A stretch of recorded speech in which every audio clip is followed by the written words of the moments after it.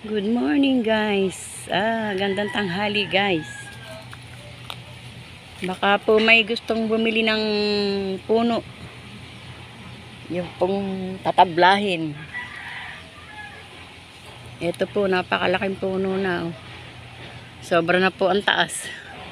Ayun, hanggang dun sa dulo. Yun guys, oh. Meron po ditong pinagbibili. Ilang puno po ito. Hindi ko alam kung anong puno ito eh. Ito, napakalaking to guys. Yan. Hindi ko po alam kung ilang ano. Hindi na po yan kayang yapusin ng tao. Nakalaki na. 2 tao na ang yayapos. Yan.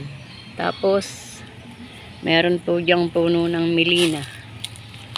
Ilang pong puno ng melina ito guys. Bali, isa. Ayan oh, laking puno guys. Laking puno. Ayan. Tsaka po ayan. Ang puno po ng melina guys ay ayan. Isa. Tapos ayan po 2, 3.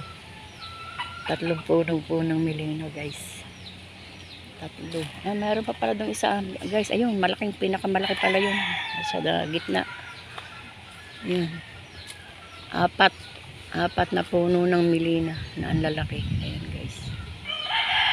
4 na puno ng melina. At yung isang puno ay hindi ko po alam kung anong puno yan. Yung napakalaking yan. Kasi naman po yung gustong bumili ng mga yung nagagawa ng tabla. Meron po dito guys. Ito. Hindi na po kasi basta-basta pwedeng anuhin ng ano kung hindi talagang power so.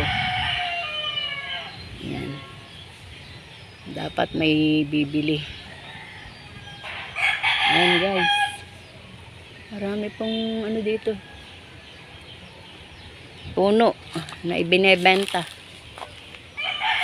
Ibinebenta ang puno guys. Ang dami po, ang lalaki oh.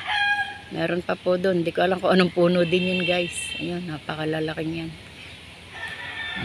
Ang lalaki po ng puno, pwede ng pang tabla. Yan. Sige guys, bye bye.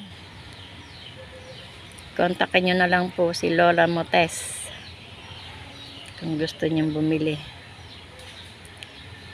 Yan.